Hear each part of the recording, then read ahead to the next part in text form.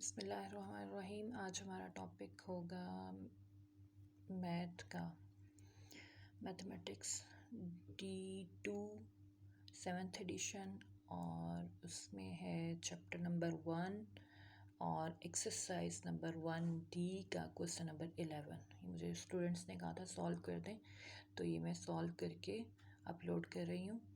Question है, the force of attraction between two magnets is inversely proportional to the square of the distance between them. सबसे पहले तो आप question को understand किया करें कि उसमें गिवन क्या है और रिक्वायर्ड क्या है। Force of attraction between them, the two magnets, मैं थोड़ा ड्रॉ करती हूँ। हमारे पास दो मैग्नेट्स हैं, ठीक है, और इनको कोई सा नाम दे सकते हैं हम, M1 M2। ये सेपरेटेड हैं नियरली डिस्टेंस d के, ठीक हो गया। और इसके अंदर फोर्स ऑफ अट्रैक्शन जो है, ज़ाहिर है मैग्नेट हैं तो इनमें हमेशा फोर्स ऑफ अट्रैक्शन रहती है, तो फोर्स ऑफ अट्रैक्शन जो है वो इन्वर्सली प्रोपोर्शनल है, क्योंकि ये प्रोपोर्शन का चैप्टर है इसलिए इसमें इसी तरह की क्वेश्चंस हैं।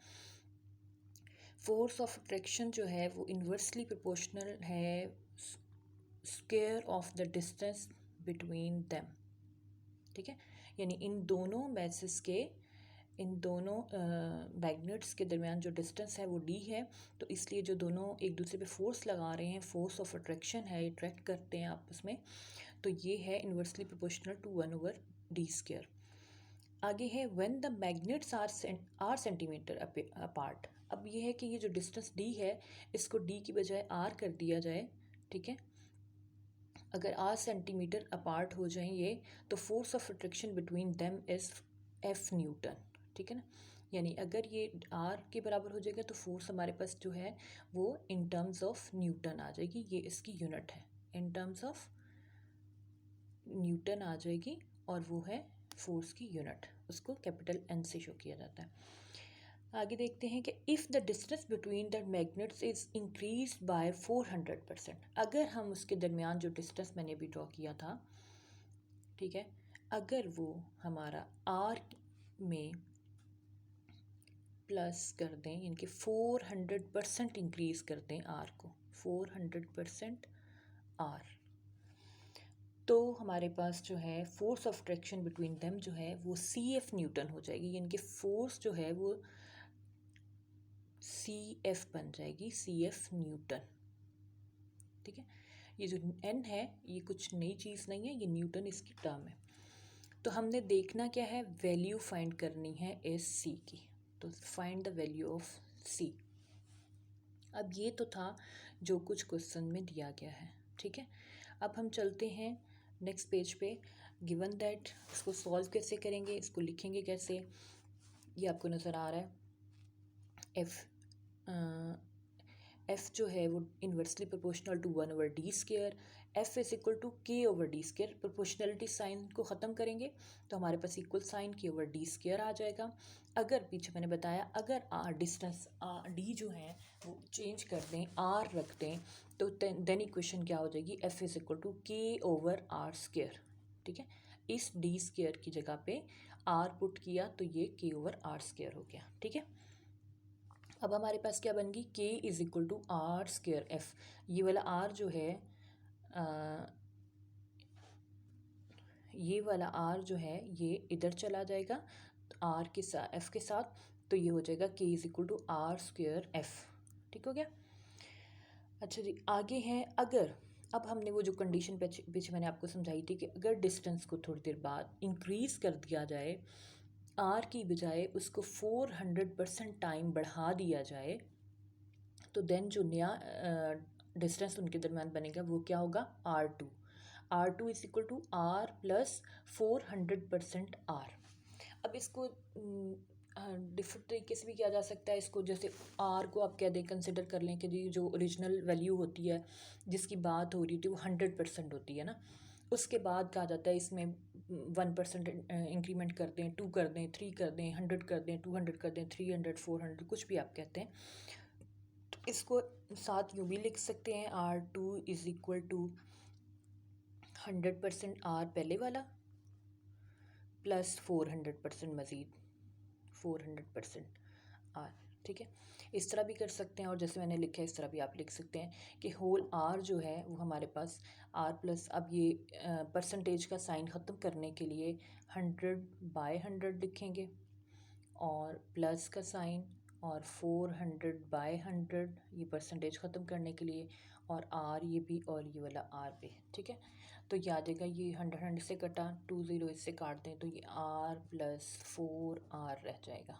ठीक है, तो यूँ भी लिख सकते हैं आप R2 को, R2 is equal to this, और वो भी लिख सकते हैं जो मैंने लिखा हुआ है कि R2 जो है वो हमारे पास ओरिजिनल R था, उसको 400% टाइम्स बढ़ा दिया जाए तो R प्लस 400% R जो है वो इंक्रीज़ कर दिया, R प्लस 4 ओवर ये कट हो गया R, और 5R आ गया हमारे पास। R2 क्या आ गया, 5R आ गया, यानी कि इंक्रीमेंट लगाने के बाद जो पहला R है उसमें 400% इंक्रीमेंट लगा, तो वो टोटल जो है हमारे पास कैलकुलेशन के बाद R2 5R आ गया। ठीक हो गया।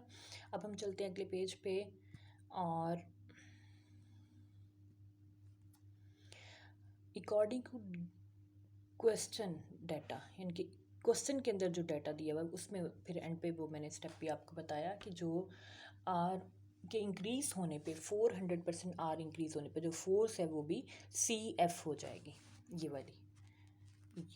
ठीक हो गया। तो इक्वेशन 1 जो पीछे थी, F is equal to K/R, ये स्क्वायर भी आएगा यहाँ पे, सॉरी। ठीक है, तो F is equal to K/R जो है ये बन जाएगा हमारे पास CF, और R स्क्वायर में R2 स्क्वायर ले लेंगे। ठीक हो गया। अब इसको क्या करेंगे, R2 हमारे पास क्या था, K/R2 था हमारे पास 5R, तो इसका स्क्वायर ले लेंगे। ठीक है, यहाँ से मिसिंग हो गई है मुझसे, R2 के ऊपर स्क्वायर आएगा। अच्छा जी, अब ये हमारे पास हो गया CF के इक्वल। अब ये जो K है पीछे स्टार्ट में, K की वैल्यू क्या बनी थी क्वेश्चन 1 से, K बना था K इज़ इक्वल टू बन गया था हमारे पास R²F, पहली इक्वेशन के मुताबिक। अब हम K is equal to R²F की वैल्यू इस K की जगह पुट कर देंगे। ठीक है, जब हम ये पुट कर देंगे तो हमारे पास बन जाएगी, ये देखें, CF इज़ इक्वल टू ये दो equation, CF is equal to K/5R², और फिर इसको सॉल्व करेंगे, ये वाली, ये देखें, F की जगह पे CF आ गया, और R2 की जगह पे 5R का स्क्वायर आ गया। ठीक है, ये भूलिएगा नहीं इधर लगाना 2। अच्छा जी, अब ये हो गया CF is equal to K/25R²। तो put the value of K from equation A, तो K की वैल्यू क्या पुट कर दी, R²F, और CF, और ये अब देख रहे हैं F से कट गया, R² से कट गया। अब ये क्यों काटा, F इक्वल साइन के दोनों साइडों पे कुछ चीज़ हो, मल्टीप्लाई हो रही हों अब वो टर्म्स, और वो ज़ाहिर सी बात है अगर आप इक्वल साइन के दूसरी साइड पे लेके जाएंगे तो ये F जो है वो F डिवाइडेड बाय F हो जाना था, ये वाला F, इसलिए ऊपर नीचे ये कट गया, इधर से R² के साथ कट गया, तो बाकी क्या रह गया हमारे पास, C इज़ इक्वल टू 1/25। तो इसको आपने किया डिवाइड, तो ये आपके पास फाइनल आंसर आ गया, C इज़ इक्वल टू 0.04। तो ये है क्वेश्चन। अगर कोई बात समझ ना आए स्टूडेंट्स को, तो मुझे आप लोग पूछ सकते हैं कमेंट्स में। ठीक है, अल्लाह हाफ़िज़।